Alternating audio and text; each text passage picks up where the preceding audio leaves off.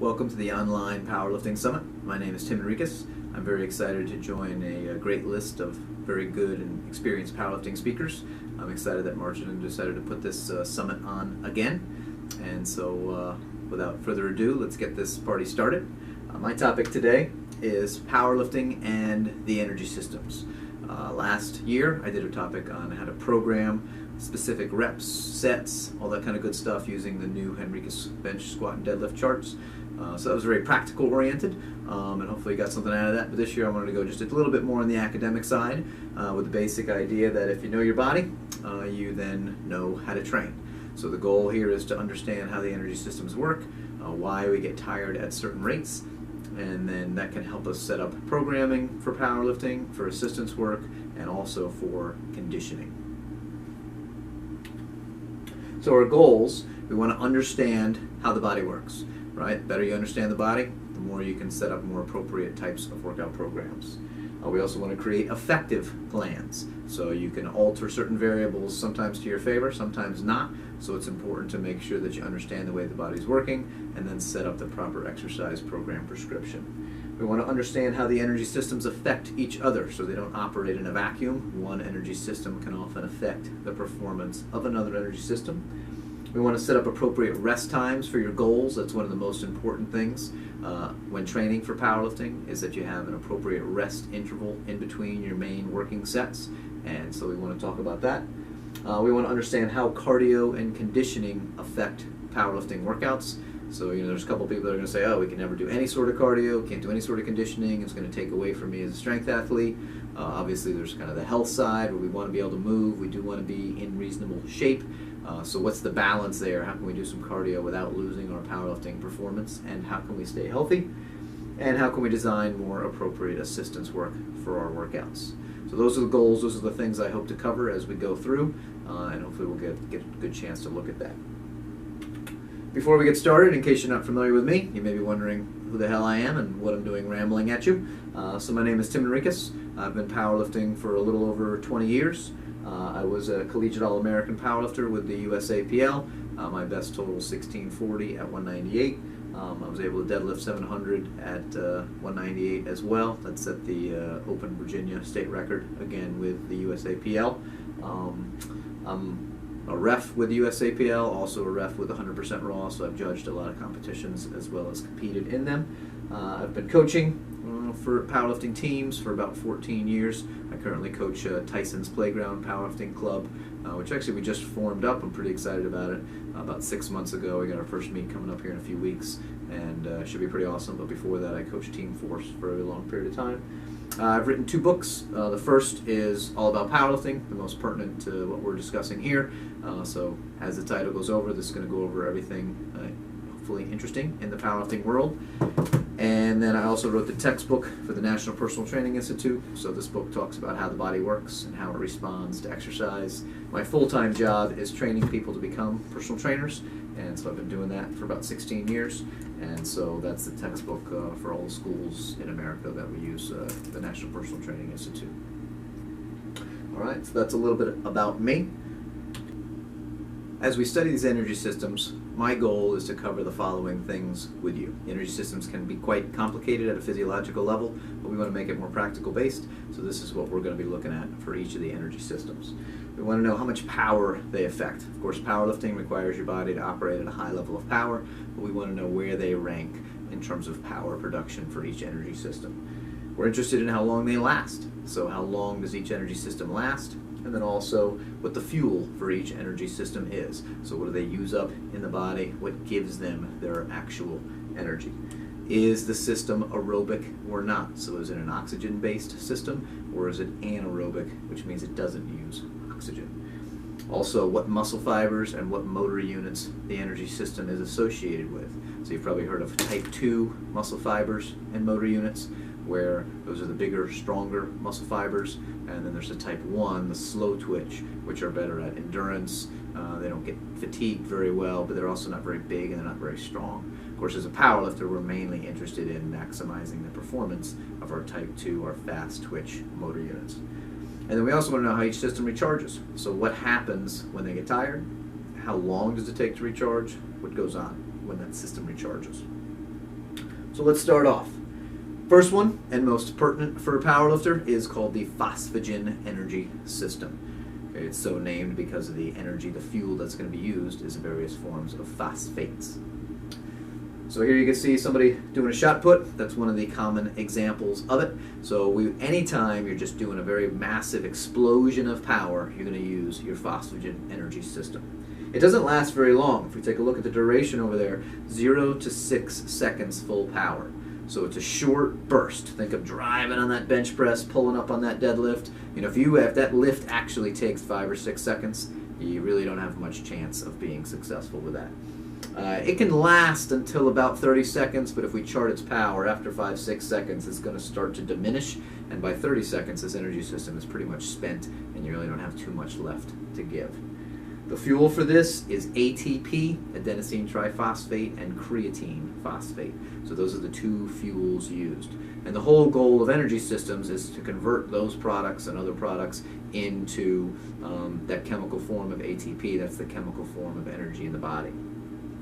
So both ATP and creatine are stored in small amounts directly inside your muscles. They also don't require any kind of conversion, so one good thing about that is there's no delay. Right? If I need to jump up immediately and do something, if you're going to slam a punch, if you need to dart out of the way, you don't have to charge up your body or let things convert. You're able to do that right off the bat. This is sometimes called the ATP-CP system because, again, of those fuels and its name for phosphagen. And this is the rationale why the supplement creatine can be relatively effective. So if you take creatine, at least in theory, if you have a bigger, essentially creatine fuel tank, so you have more creatine inside your muscles, either for one short burst you have a little more energy, or maybe it lasts 7 seconds or 8 seconds, so you might be able to maintain that power output for just a little bit longer. All right, so that's some key info about the phosphagen energy system.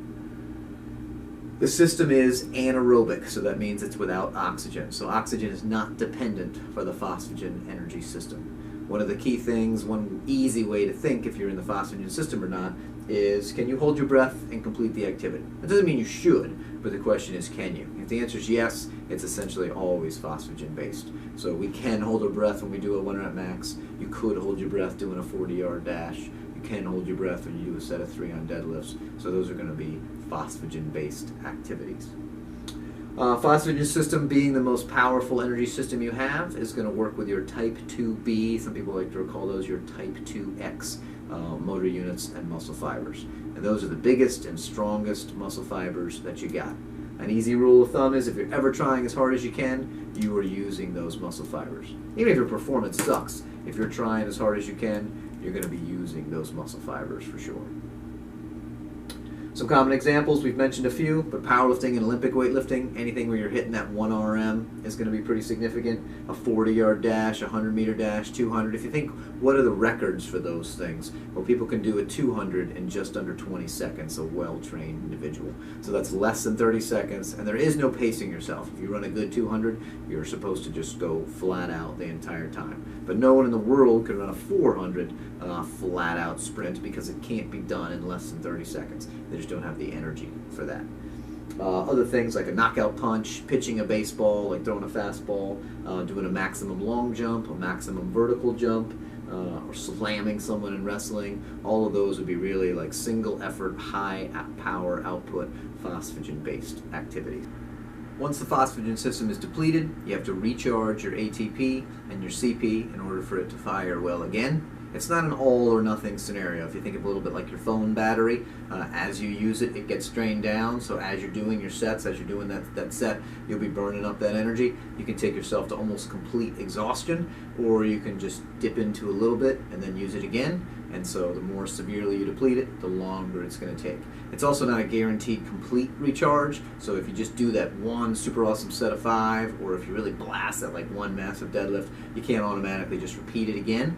So it can get pretty close to all the way up there, but it might even take like a day or two for it to have an absolute 100% recharge. Right? But ATP itself is going to usually take 3 to 5 minutes to get that near full recharge, where it's back up to 90, 95, maybe even 98% kind of levels.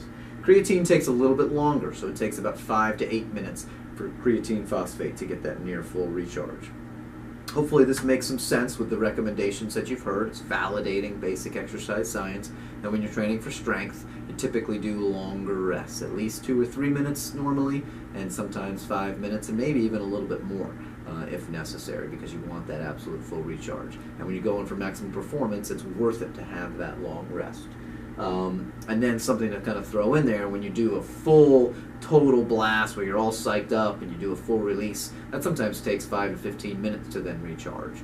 And so that's why when you're in a meet and those flights, especially like if it's a small meet, you only have 6 or 7 lifters, encourage each lifter to take their time, because if they just race through, you may only be getting 4 or 5 minutes in between an attempt, and that's really not enough. You want to really be kind of pushing it, and give yourself, hopefully 10 minutes. You don't need much more than 15 minutes. People tend to start to cool down a little bit after that. And then the rest time needs to be relatively inactive. So if you're a powerlifter and you're like, okay, I'm doing squats, but I'm just resting, so I might as well go do push-ups, or I might as well do a bunch of jump rope. If your body is working, it won't allow the energy system to recharge as well. So really, for most of the stuff, if you want that full recovery, you pretty much just kind of need to sit on a bench, relax, chill. You can certainly stay focused, but you need to have that focus in there. But give yourself that good rest. So on your big sets, 2 to 5 minutes, again, being a classic. And if you think your performance will be better by resting longer, then go ahead and take that rest.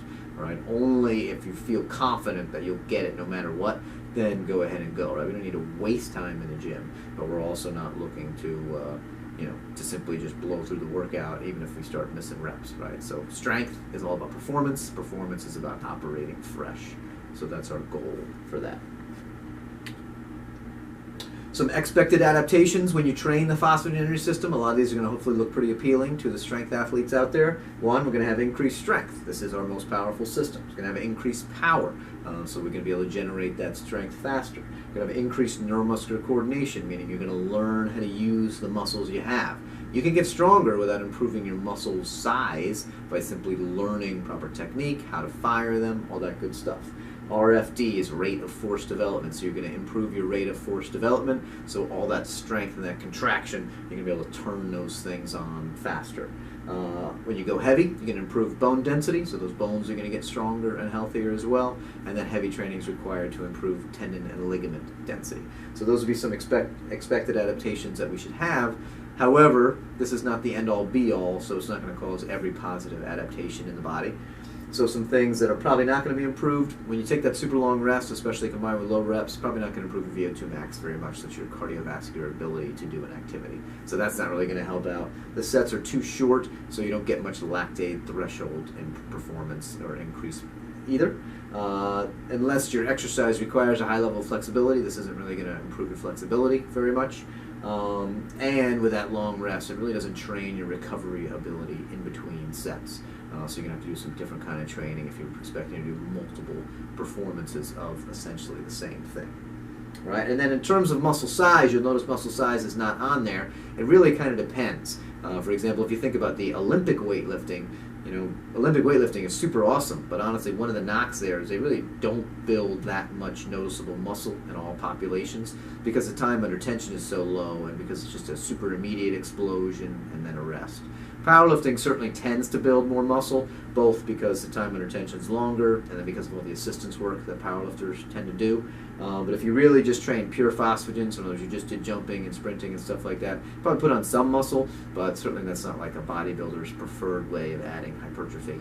So once you've built up some, then mainly you're learning how to use the muscle that you have. So if your goal is adding size, then you're probably going to need to modify that program a little bit as we go through.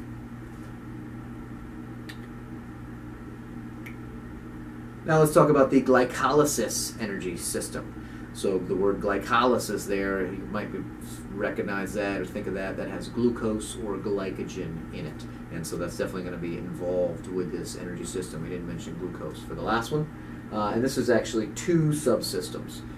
So it's 2 systems, kind of subsystems within the glycolysis energy system. And we're going to look at each one of those systems individually. And by looking at the fast glycolysis part of the glycolysis energy systems. So fast glycolysis is so named because it can deliver its energy fast. It gives a high power output. It's the second most powerful energy system in the body. So phosphagen was the first. Fast glycolysis is the second most powerful. So it's still pretty strong. It's also not very long-lived. So it lasts about 30 to 90 seconds. It can give you a good solid output. Remember, phosphagen's fading by 30. So this guy lasts about 30 to 90 seconds. Then it's definitely going to start to fade. It'll fade a little bit even before that 90 mark. And then by around 2 minutes, this system is going to be pretty spent if you're trying to maintain that high power output. As the name implies, the fuel comes from glucose. Glucose is the sugar that floats around in your blood. So your body is going to then withdraw the glucose from the bloodstream, put it into your muscle cells, break it down to yield units of ATP. There's just a very slightest delay for this to happen, but it's already in the bloodstream. It doesn't have to be converted, so it's basically ready to go, almost no delay. All right. If you think about how much glucose is in your blood, you'll read some different reports, but most people say 5 to 10 grams of glucose is actually floating around in your blood. Remember, glucose is a carb. All carbs have a fuel factor of 4.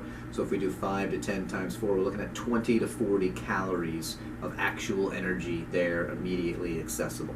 And when you think about when you're working really hard, you can burn about 20 calories a minute, give or take. Now, you can't maintain that for a really long period of time unless you're like super fit or extra big or something. But for most people, 20, 30 calories a minute, they can do that for a minute or two. Of course, as you start dipping into that glucose, and the body's going to continually feed it to get more of that energy.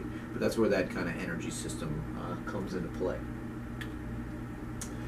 This is also an aerobic system. All right, so there's two aerobic systems, an anaerobic system. There's two of them. The phosphagen system we already covered is anaerobic. Now fast glycolysis is anaerobic.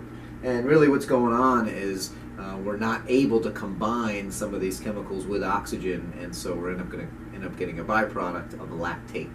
And so this is the main system that's going to produce lactate. This is going to work primarily more with your type 2A muscle fibers. So within the type 2 muscles and the type 2 muscle fibers and motor units, you have B, the type 2B we already talked about, are the big, powerful, explosive ones that you would use like in an all-out attempt on something. Then the type 2A are kind of a little more slanted towards aerobic, but they're still pretty good size. They have medium endurance, decent power. So this is when you're going to be doing sets of 10, sets of 20, sets of 30, kind of an explosive fashion. That's what's going to be kicking in there as you're working on that.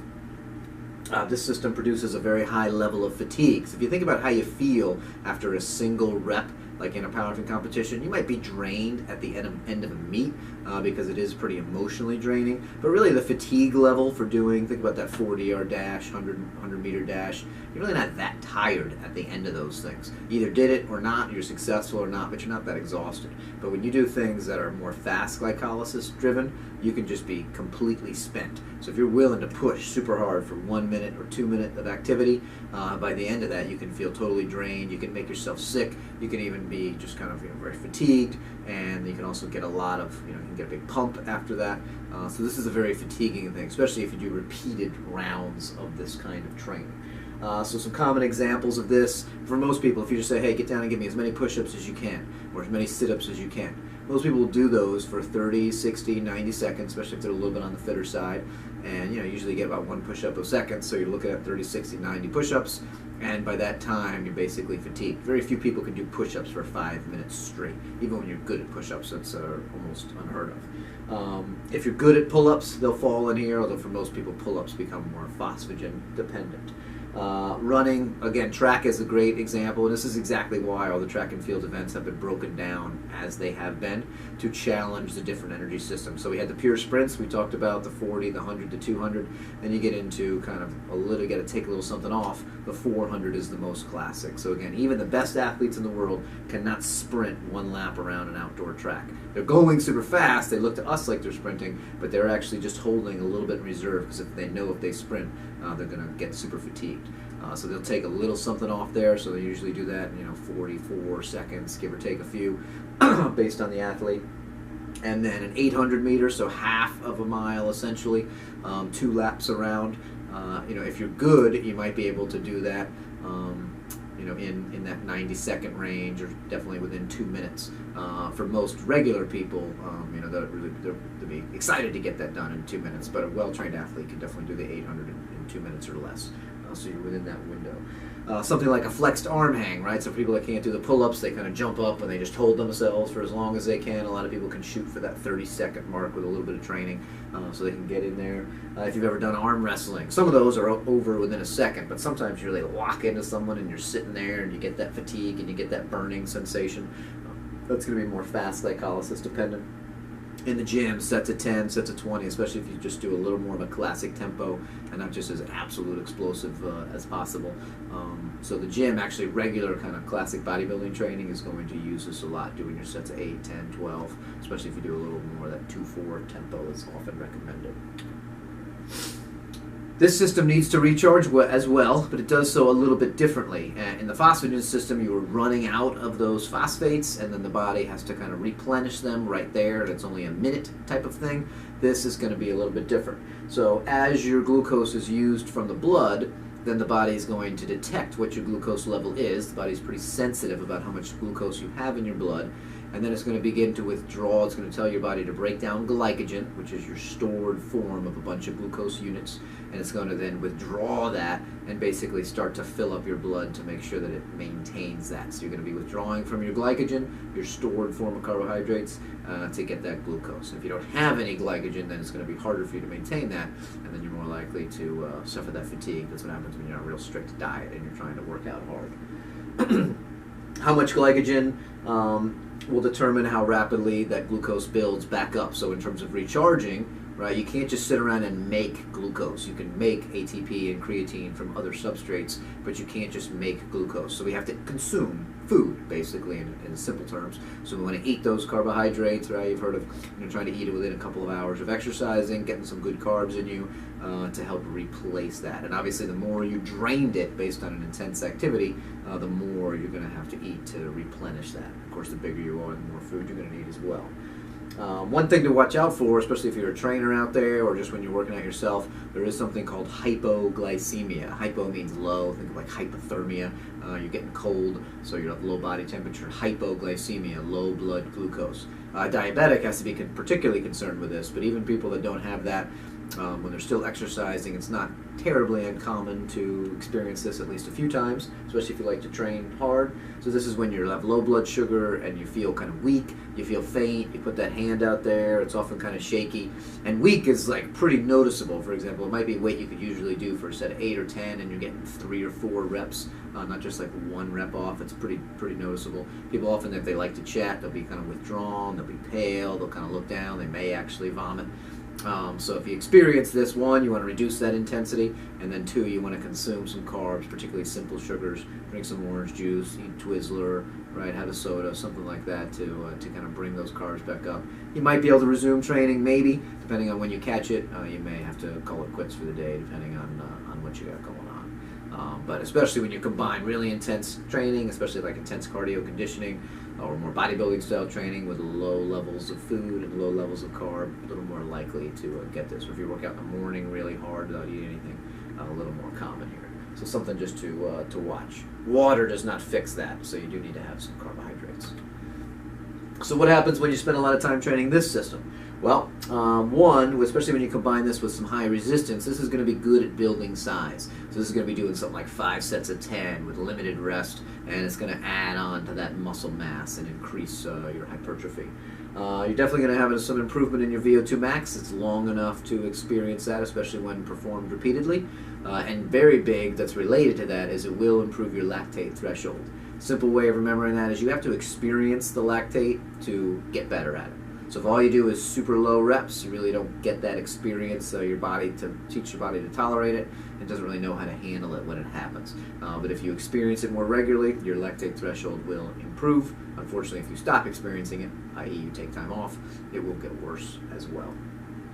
This is going to create something called EPOC, excess post-exercise oxygen consumption. Essentially, this is what a lot of people term the afterburn, how many calories you burn after you stop working out. So when you do these intense workouts, I might just go and run, 3 400s, and that's only going to be 60 seconds of energy, with a couple minute break, and I do that 3 times. You think, man, you only worked out for 3 minutes. But if I push myself pretty hard, that's actually a pretty hard workout. and then I might feel that for a half an hour, 4 hours later. I might take my pulse and it's a little bit elevated. So that's all creating EPOC. So I'm burning additional calories. It's a great way to help lose weight, especially people who don't like traditional cardio. This is also going to improve bone density, improve tendon and ligament strength, because again, it's short enough where it's got to be heavy for this to count. And you should get some improvement to that max strength as well, because it's not so long. It's going to be pretty related to that. Things we shouldn't necessarily expect to have happen. I wouldn't really expect that neuromuscular coordination to improve that much. Certainly in a beginner, practice is going to be good. But for example, if you got somebody who's already pretty good at a lift, but they need to just tweak a little bit of form, but you ask them to bang out, sets of 10 or sets of 20, especially with shorter rest, and you're trying to push it, almost think of like a CrossFit style, it's not automatically reinforcing awesome technique. So it does have benefits. I'm not arguing there's no benefits, but it's not really going to be great at reinforcing perfect technique, especially when you're tired. Sometimes then you learn how to do things with crappy technique when you're tired. It may not be enough weight to really increase strength in our really advanced people. So if you start to get that intermediate, and certainly if you start to get to that advanced level, you really got to be spending a lot of time with that heavy weight, and in order to do it for 30 or 60 seconds, the weight may be light enough, it may not automatically work out that well for you. And then if all you care about is just a steady state, long duration training, so in other words, I'm like a marathon runner, they would probably include this kind of training as a little bit of cross training or to supplement what they're doing, but they basically just need to get ready to go at a extended pace. We're still only talking about 2 minutes here. So for classic cardio, this is not going to be ideal. So if all you want to do is just train for like that, it's not really going to help you out all that much.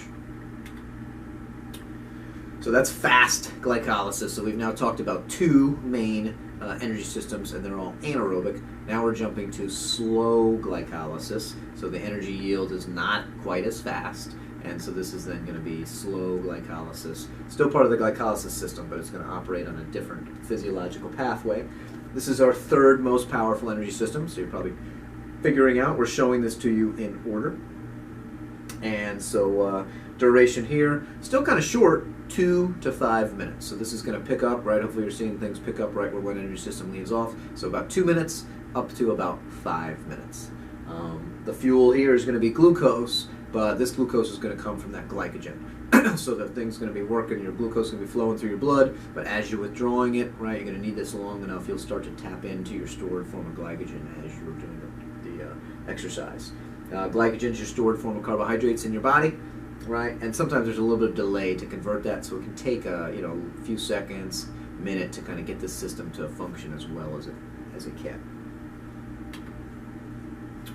This is an aerobic system. This is the first time we've mentioned that. So this works with oxygen. Because it works with oxygen, this system does not produce as much lactate as the fast glycolysis system does. I like to think of it almost as like an inefficient process. So fast glycolysis is very inefficient, but it gives you good high power.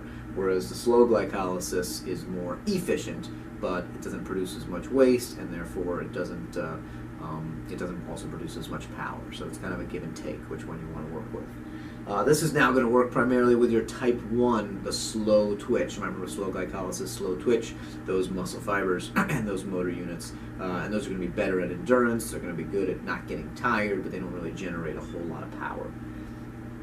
For most regular people, this tends to be the least commonly trained system. So you're going to have the cardio freaks who just do tons of cardio, right? Run their marathons and do their triathlons, so they're going to train that system. Of course, you got the meatheads, the powerlifters who are going to do a lot of phosphagen-based stuff.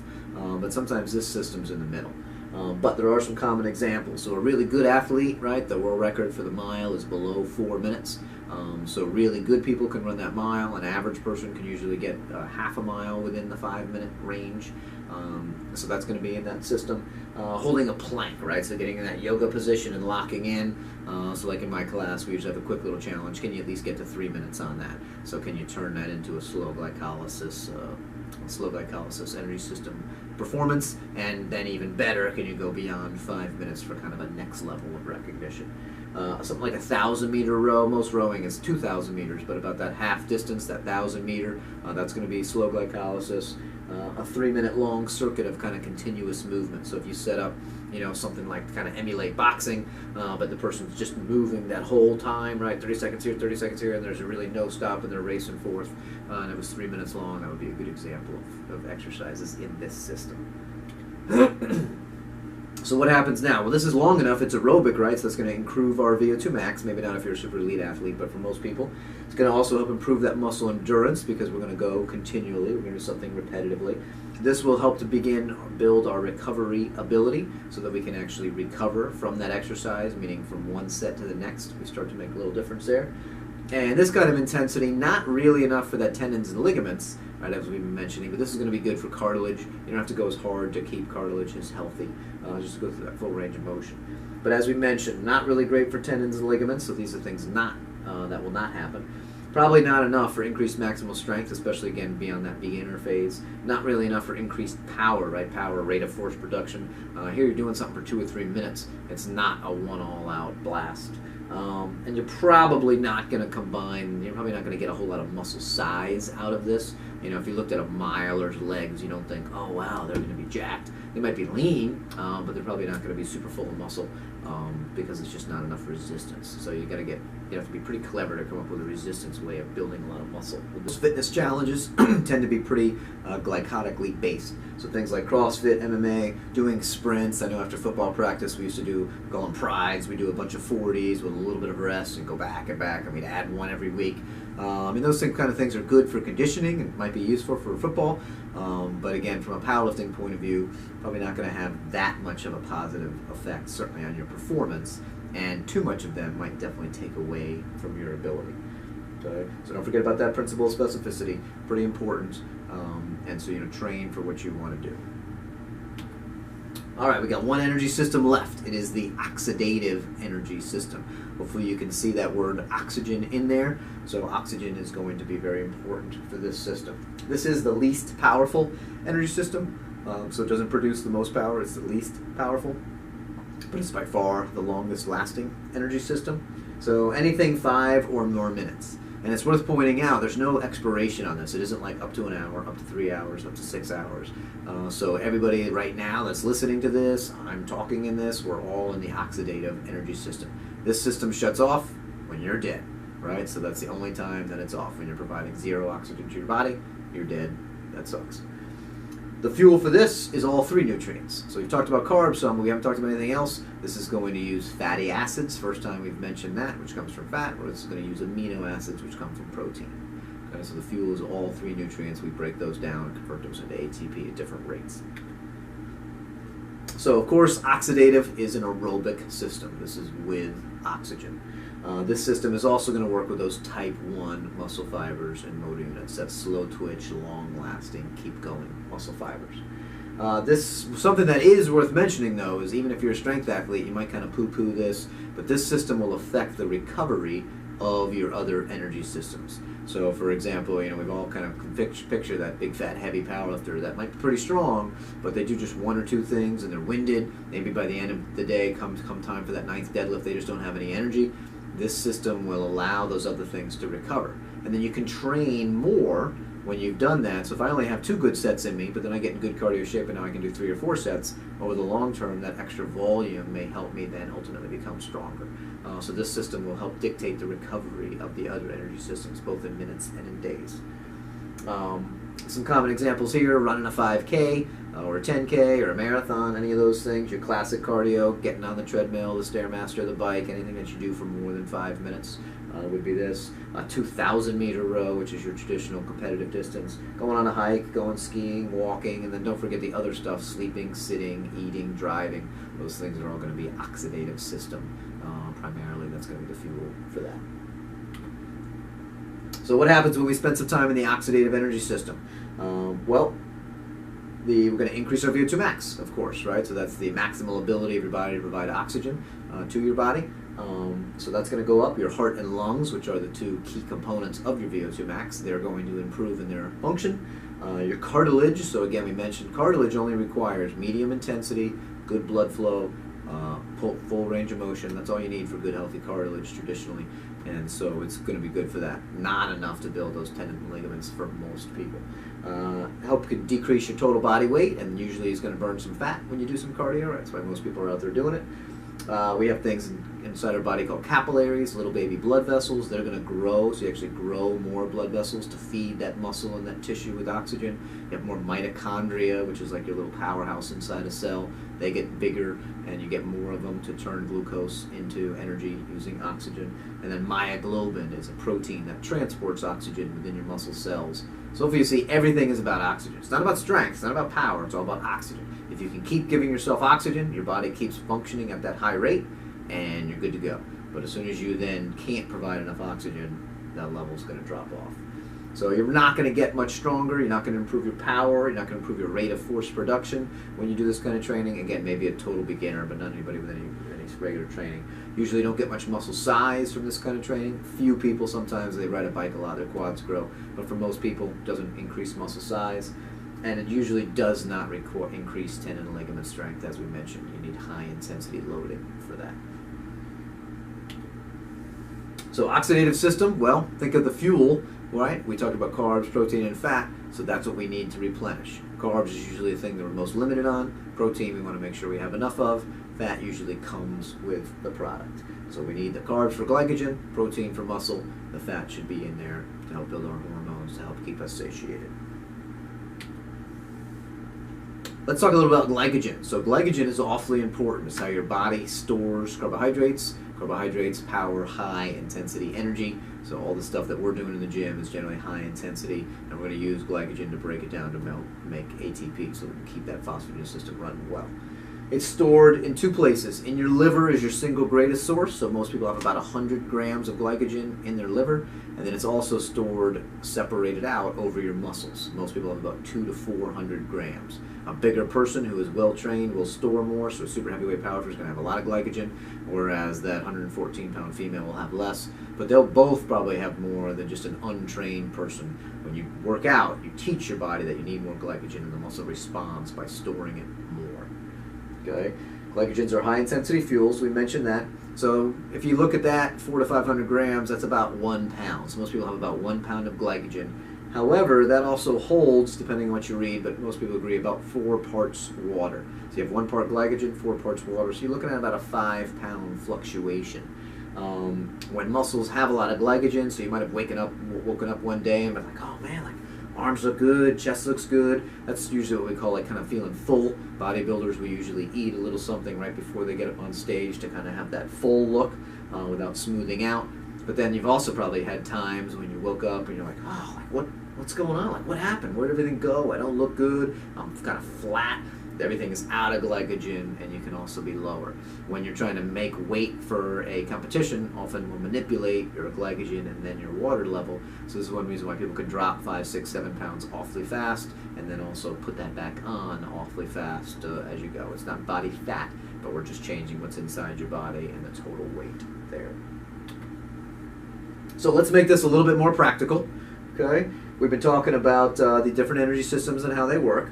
So with the big lifts, we want to train that phosphagen system most of the time. Not 100% of the time, but most of the time. So how do we do that? We're going to go lower reps. 1 to 6 is your classic, but lower reps. We want to do multiple sets. You want to train with that explosive, right? You probably heard of compensatory acceleration. So generally push it, maybe not as fast as you possibly can, but push it, right? I always like to pretend like an extra 20 or 30 pounds on the bar. So move it just a little bit quicker. Think of those reps as a chance to practice competition form. So you really want to be able to, every time you're in there, that form is good and you're going. That's one negative of doing a big set of 10 or 20 or something like that. The reps don't always really look like individual reps that kind of flow together. And generally we want to take long rest. So we want full recovery. It's worth it to sit that extra 2 minutes on the bench if you're going to get 2 more reps in your squat. Okay? So you don't have to prolong your rest for no reason, but long recovery is going to be pretty crucial for your big lifts.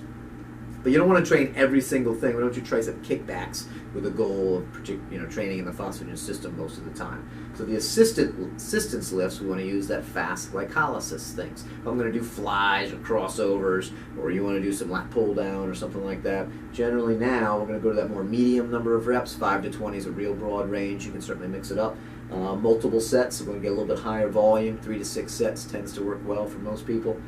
Comfortable tempo. So, find that comfortable rhythm, right? Weightlifting should be fun. Part of that's a comfortable tempo, but not crazy fast all the time. Increase your time under tension, and occasionally maybe even go slower, tighten up your form. Shorter rest now. So 30 seconds is pushing it. You want to rest long enough so you can go kind of heavy, but probably don't need to go much more than 2 minutes. So, minute, 2, and if you're used to long rest, you might have to watch that clock.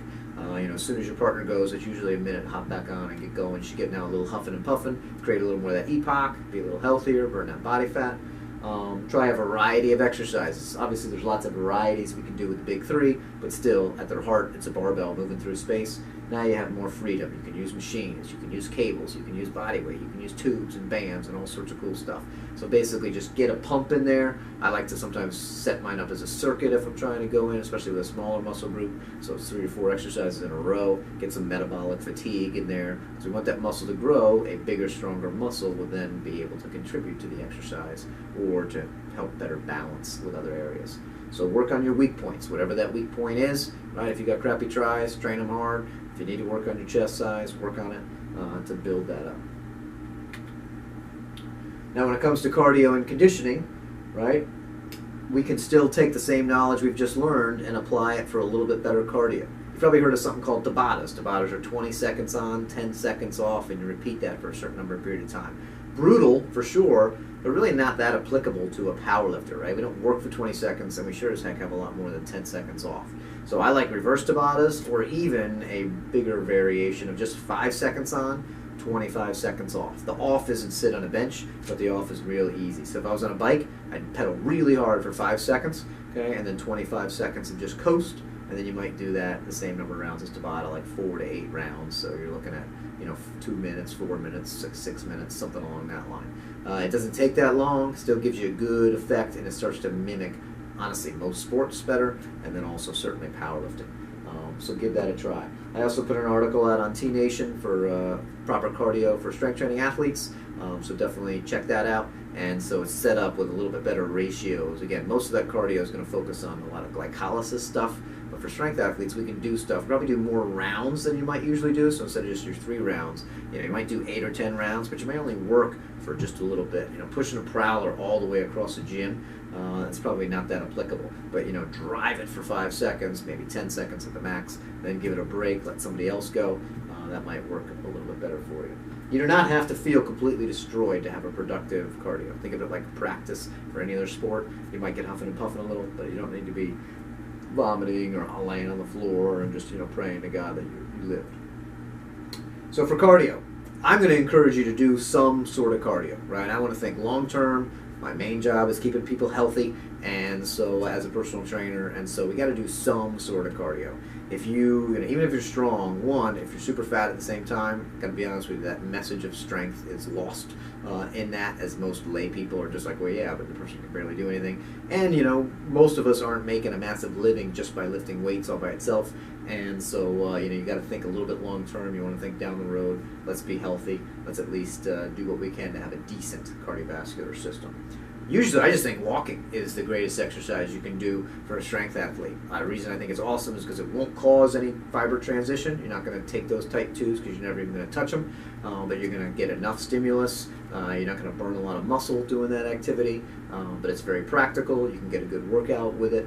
If you want to make it a little tougher, put a weight vest on. Doesn't have to be super heavy. 10, 20 pounds is fine, or a backpack. Do it on an incline. Go for a hike. Combine all of them. If you really love the detailed regimented stuff, I wrote a program on T Nation called Get Ripped, Get Walking, which has 3 levels: beginner, intermediate, advanced, for exact details, how long you walk, what the treadmill is set up for. You can definitely get some good results. When I usually try to cut a weight class, like go from 198 to 181, I'll usually incorporate that kind of training.